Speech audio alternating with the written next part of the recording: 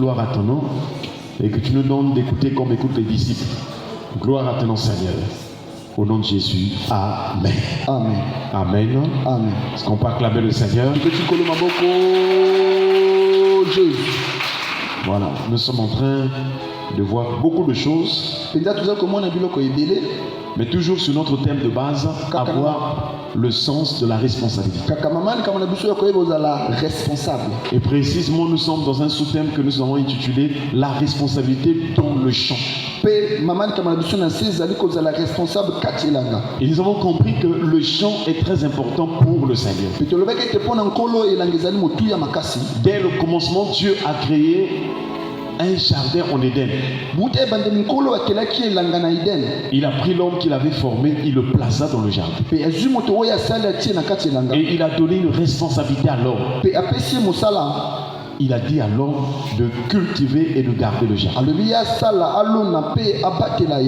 En tout cas, avec d'autres serviteurs de Dieu, nous sommes en train de voir ce que c'est que cultiver et aussi garder le jardin. Parmi les définitions que nous sommes données, nous avons compris que cultiver, c'est travailler pour le Seigneur.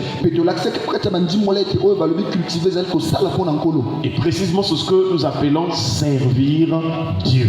Est-ce qu'on peut acclamer le Seigneur? Alors nous comprenons que Dieu nous a appelés, Dieu nous a choisis pour le servir. Mais pour travailler pour Dieu, il faut être dans le cadre que le Seigneur a préparé. Et ce cadre-là, c'est le champ de Dieu. Donc, en dehors du jardin d'Éden, par la grâce de Dieu, nous voyons aussi que le monde dans lequel nous trouvons, c'est aussi le champ de Dieu. Le monde en tant que création. Nous ne parlons pas du monde en tant que système diabolique, non. Parce qu'il y a un système de la grande prostituée qu'on appelle le monde. C'est là où le Seigneur dit: n'aimez point le monde ni les choses qui sont dans le monde. Si quelqu'un aime le monde, l'amour du Père n'est point en lui. Dans ce cadre-là ou dans ce sens, le monde veut dire l'ensemble des choses dans lesquelles Dieu n'y est pas. Que ce soit un système de pensée, une manière de s'habiller, une manière de se conduire. Donc, toutes choses dans lesquelles Dieu n'est pas signifie aussi le monde comme système de la grande procédure. Mais nous parlons du monde en tant que création parce qu'il est dit à l'Éternel la terre et ce qu'elle renferme, le monde et ce qu'il habite. Psaume 24, versets 1 à 2.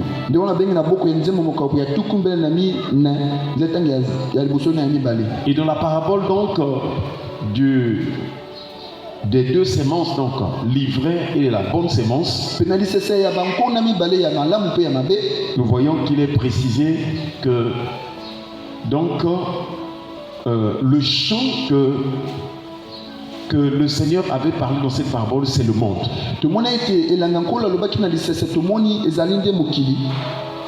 Donc nous voyons que tout au long du parcours biblique de la vie de Dieu avec son peuple, Dieu ne cesse de parler du champ. Quelquefois, il est arrivé aussi que Dieu parle du champ de la ville.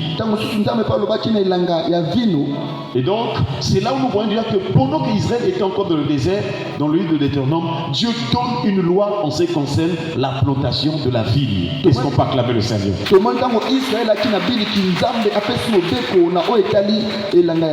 Et là, Dieu interdit que là où la vigne était plantée, qu'on mélange avec diverses semences. Parce que les autres semences pouvaient empêcher la vigne de produire le fruit pour que les gens en jouissent. Deutéronome chapitre 22, le verset 9. Et partant du champ, nous voyons que dans le champ, il y a des semences. Donc, c'est là où Dieu nous a conduit à comprendre que les champs, le champ c'est le peuple de Dieu. Et les semences, ce sont aussi, c'est la vie. Ou la semence, c'est la vie que Dieu donne.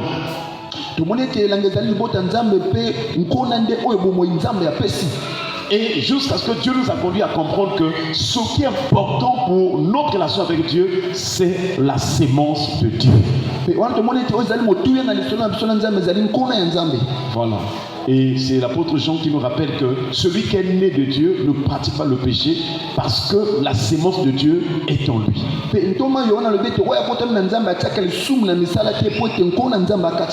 Donc cette sémence, c'est la vie de Christ.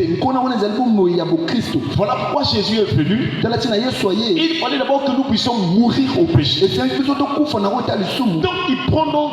Ça dit que quand tu vois un peu comment Dieu a démontré les choses dans sa sagesse, tu vas dire, en fait, tu vas comprendre que depuis la jeunesse, quand Dieu parlait des champs, la sémence, il voulait en venir pour nous expliquer la sémence spirituelle qui est la vie de Christ. Or, la sémence, comment on la sème? Quand on prend une graine, on sème sur la terre. Avant que cette graine ne donne une nouvelle, des nouveaux fruits, il faut qu'il y ait d'abord la mort.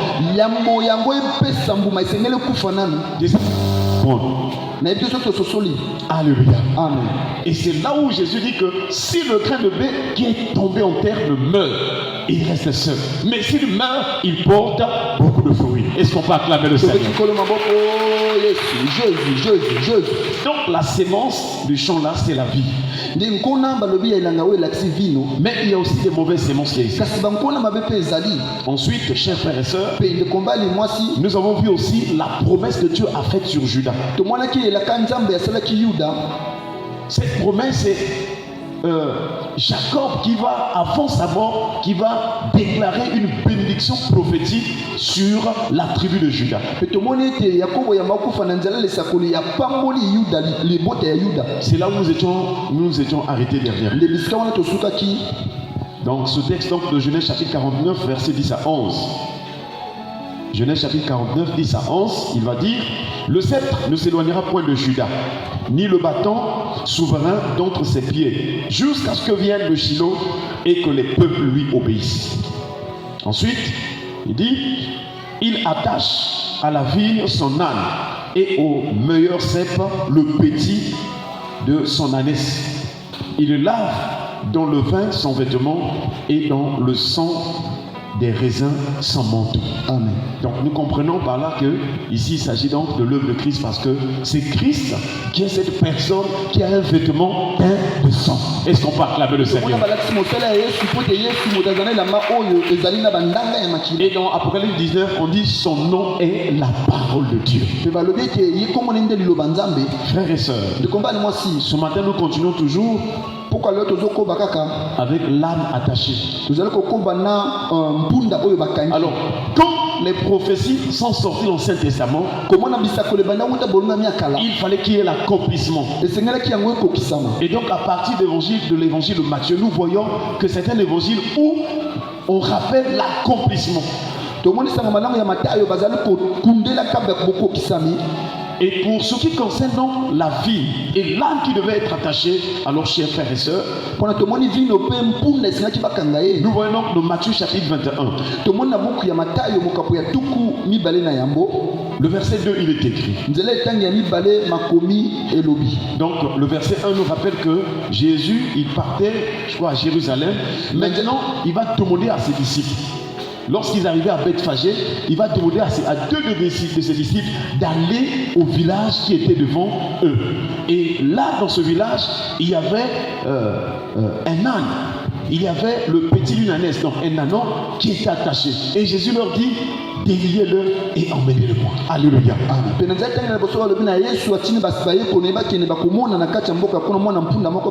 Et si l'on vous demande, dites: le maître ou le Seigneur en a besoin. Est-ce qu'on peut acclamer le Seigneur? Donc le Seigneur a quitté le ciel et est venu sur la terre. Parce qu'il y avait un besoin dans son cœur. Il voulait faire la preuve de l'amour de Dieu sur la terre. Tellement qu'il avait aimé le monde. Tellement qu'il avait aimé la vie de chacun. Jésus vient par amour pour prouver ce besoin-là. Et nous croyons que ce besoin, c'est le salut des hommes. Et Dieu, comment dirais-je, c'est-à-dire que dans ce besoin de Christ dans son cœur, c'était pour démontrer la puissance de Dieu en délivrant les hommes qui étaient séparés de Dieu. Et donc cela devait se passer par la sainteté ou la sanctification. Pourquoi? Parce que Paul le rappelle, chers frères et sœurs, que si vous vous donnez au Seigneur, vous aurez pour fruit la sanctification et pour fin la vie éternelle. Alléluia. Amen. Donc de tout ce que nous disons, de tout ce que la Bible dit, de tout ce que Dieu nous dit, l'objectif de Dieu, c'est que nous puissions produire la sanctification afin qu'à la fin de notre vie, que nous vivons la vie éternelle.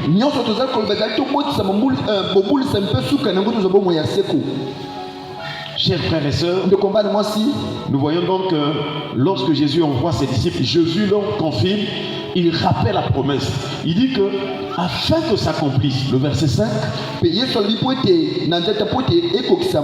toujours de Matthieu chapitre 21. Il dit afin que s'accomplisse ce qui avait été dit par le prophète. Dites à la fille de Sion, voici ton roi vient à toi. Est-ce qu'on peut acclamer le Seigneur? Plein de douceur est monté sur un âne. Sur un ânon, le petit d'une ânesse. Voilà donc la promesse. Jésus devait venir, mais il devait venir spécialement pour l'âne, pour l'ânesse et pour l'ânon. Les trois animaux, comme vous voyez, ça forme une famille parce que l'âne c'est le père, l'ânesse c'est la mère et l'ânon c'est le petit. Donc ça nous montre l'image d'une famille et par extension aussi un peuple. Chers frères et sœurs, et Jésus devait venir pour eux. Et en venant, il devait monter sur cet ânon-là. Nous l'avons rappelé dernièrement qu'avant de monter, il fallait que ces animaux soient déliés, soient délivrés là où ils étaient attachés. Voilà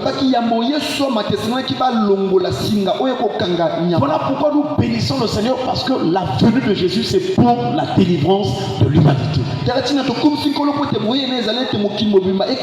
nous te rappelons que quel que soit le problème que tu traverses ou les situations, si tu as la foi en Jésus-Christ, tu seras délivré.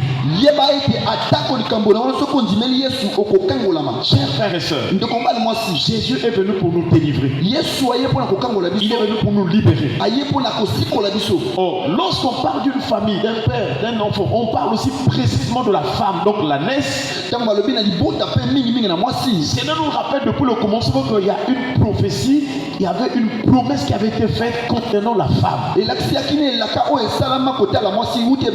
Déjà dans Genèse chapitre 3 verset 15, il dit que la postérité de la femme écrasera la tête du serpent. Chers frères et sœurs, nous voyons aussi Paul venir donner la révélation sur Abraham. Il dit que les deux femmes d'Abraham c'était l'image de deux alliances. Toutes ces choses nous les disons parce que nous voulons aboutir à la descendance ou la postérité. Et c'est grâce à la postérité que Christ va venir. Parce que Paul dit dans Galates chapitre 3 que lorsque la promesse était faite à Abraham et à sa descendance, il n'est pas fait mention aux descendances ou aux postérités, mais à la descendance. Et il dit que cette descendance ou cette postérité, c'est la personne de Jésus-Christ. Est-ce qu'on peut acclamer le Seigneur? Voilà pourquoi précisément Jésus vient te poser sur l'anneau, parce que l'anneau c'est la descendance. Alléluia. Amen. Chers frères et sœurs, Jésus est venu nous sauver. Une autre image de ces trois animaux, c'est que, étant des animaux, ça nous rappelle l'homme animal. Ça nous rappelle l'homme charnel. Donc l'homme charnel, c'est une personne qui est perdue. Et quand Jésus arrive, il doit monter. C'est-à-dire qu'il doit venir manifester sa domination, sa puissance pour délivrer l'anneau, pour délivrer l'homme animal. Donc Jésus était venu principalement pour sauver ceux qui étaient perdus. Voilà pourquoi Zaché en est un modèle ou un exemple. Est-ce qu'on peut acclamer le Seigneur? Chers frères et sœurs, mais pour ce soir, nous voulons nous concentrer sur un élément du roi là qui est venu pour la liberté ou la libération de l'âne, de l'ânesse et aussi de l'âne. Donc cette promesse que Jésus a accomplie dit que voici, dites à la fille de Sion, voici ton roi vient à toi plein de douceur. Donc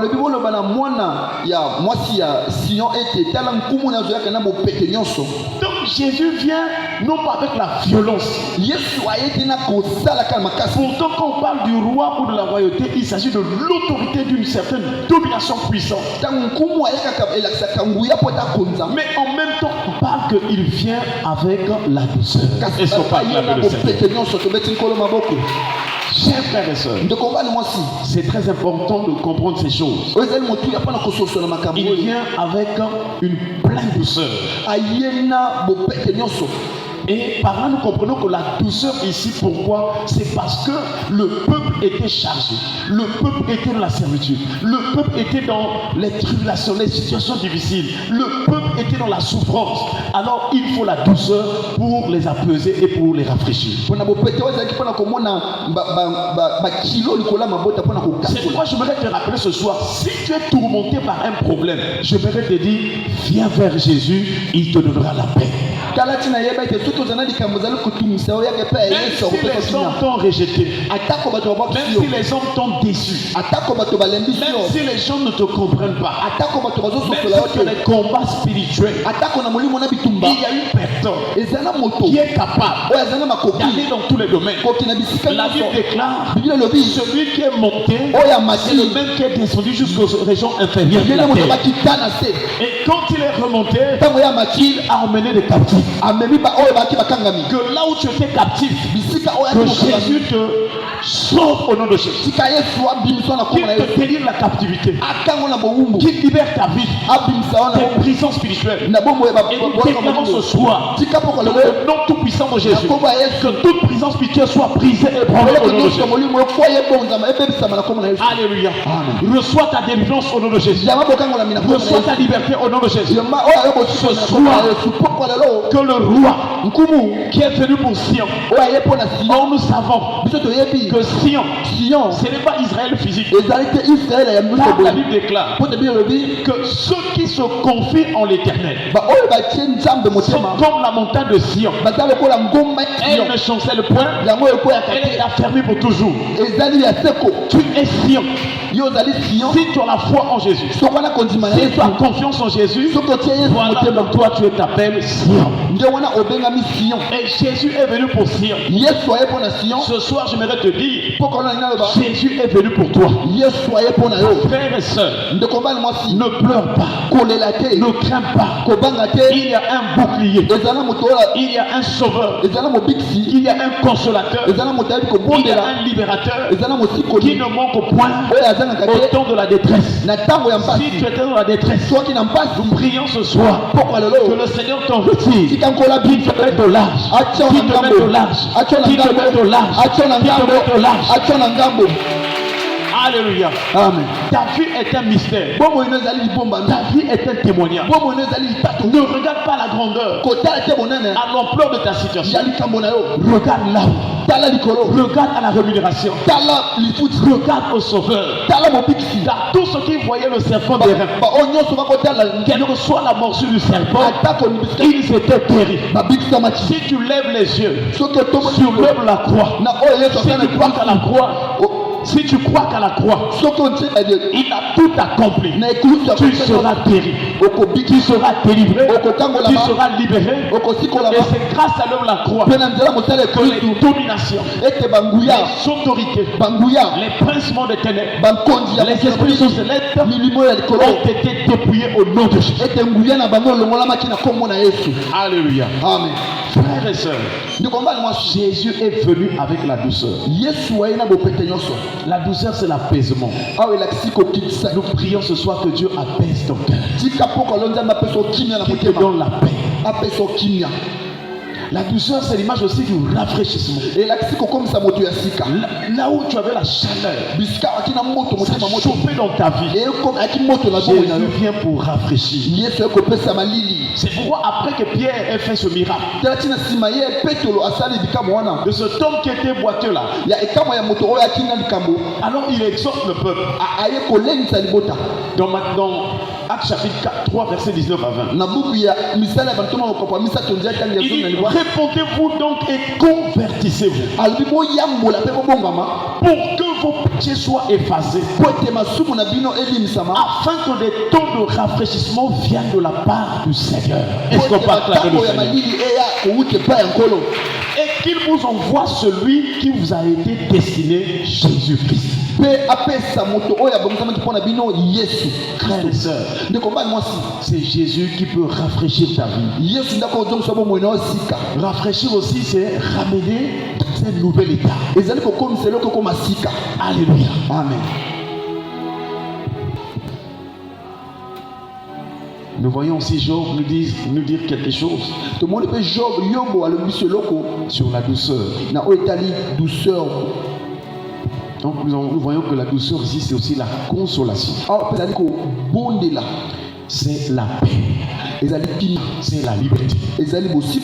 En tout cas, frères et sœurs, mets toute ta confiance au Seigneur. Même quand tu as des combats. Déjà dans Exode chapitre 14, nous en avons le texte. Alors que Israël était sorti de l'Égypte, ils arrivent sur le rivage de la mer. Il n'y avait plus d'issue pour avancer. Mais quelque temps, on en informa à Pharaon. Mais voici, tu as laissé le peuple partir.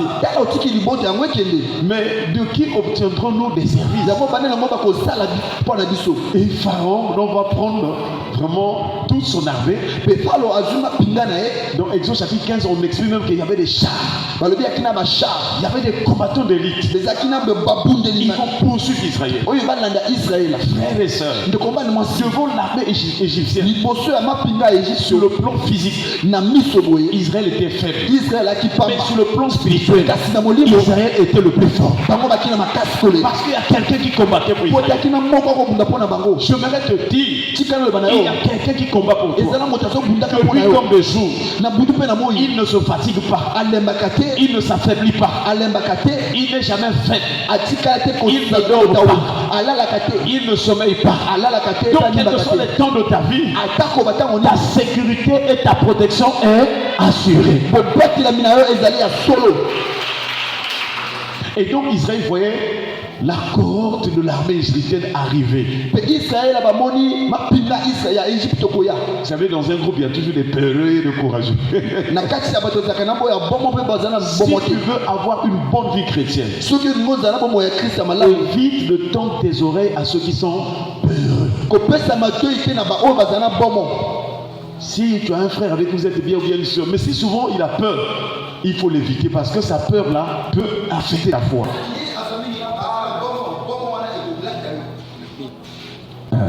Donc le micro, viens sur mon micro, Phil.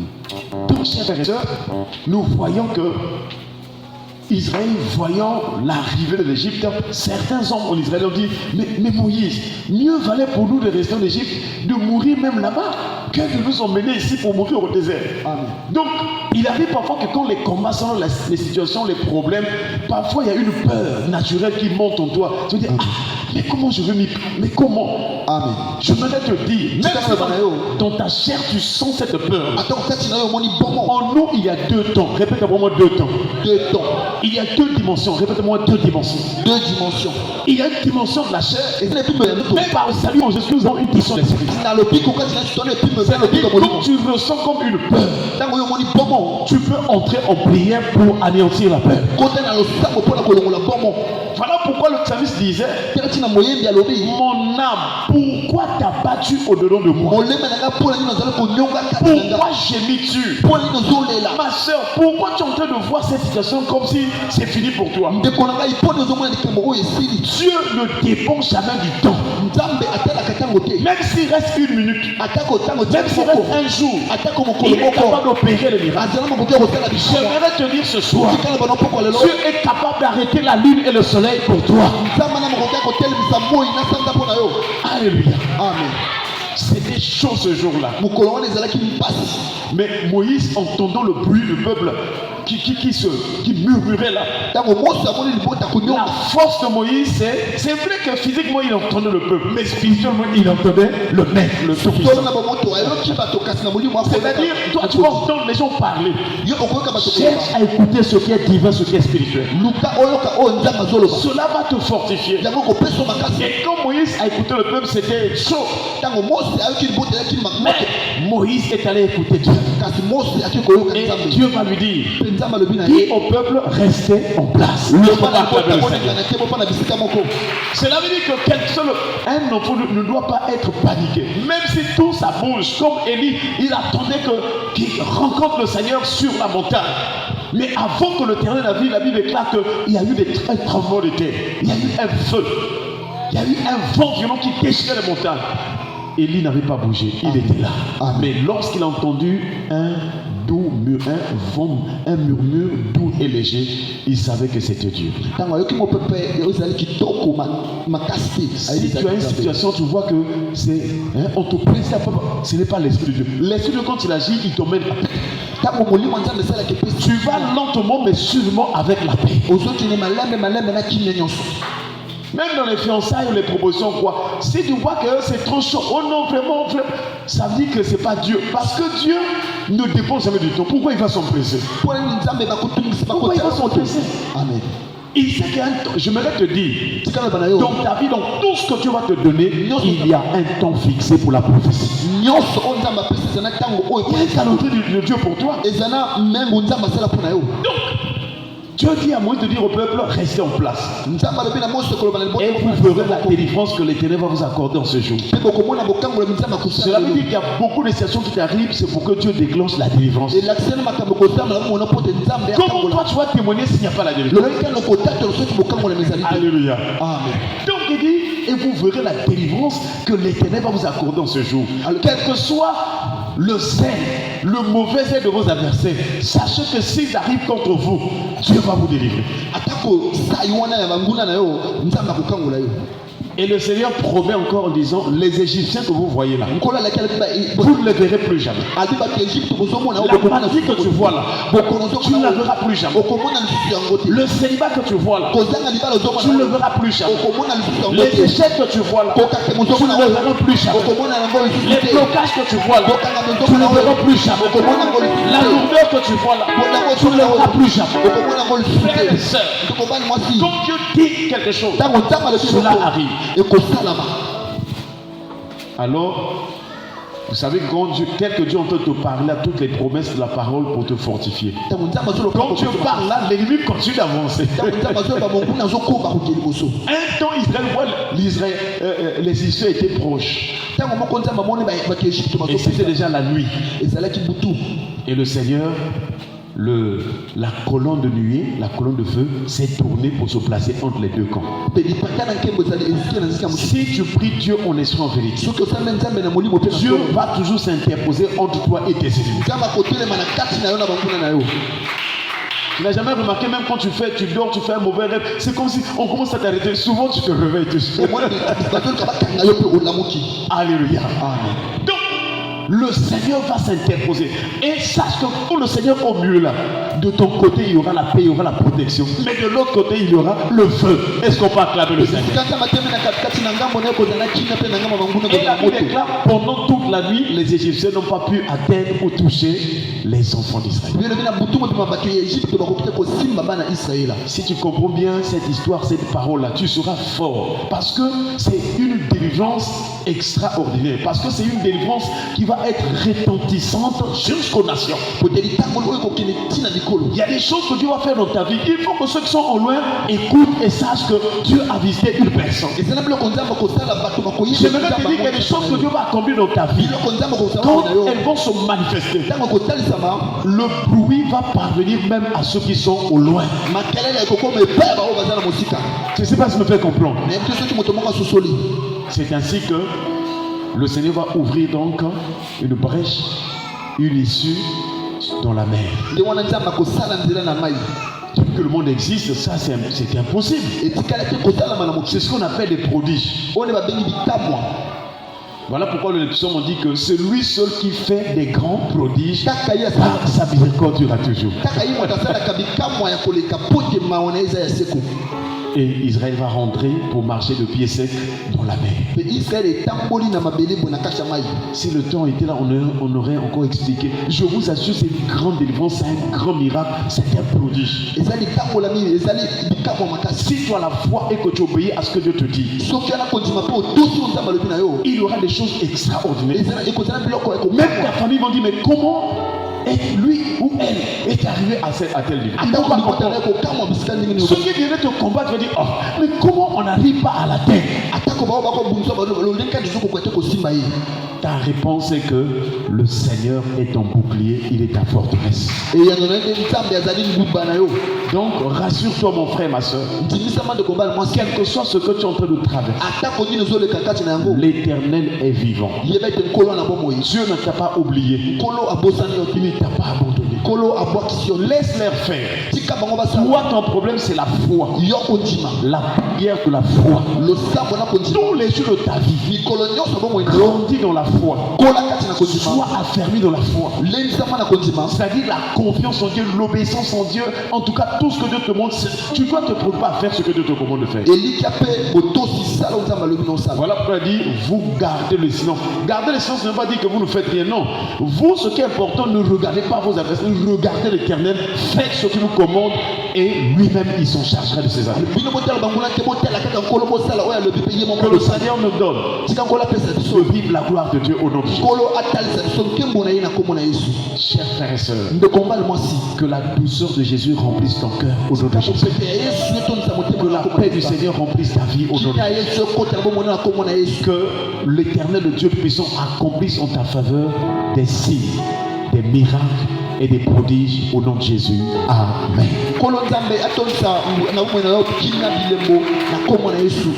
Baissons les têtes dans la prière. Nous disons merci au Seigneur pour sa parole. Prions le Seigneur au nom de Jésus. Rendons grâce.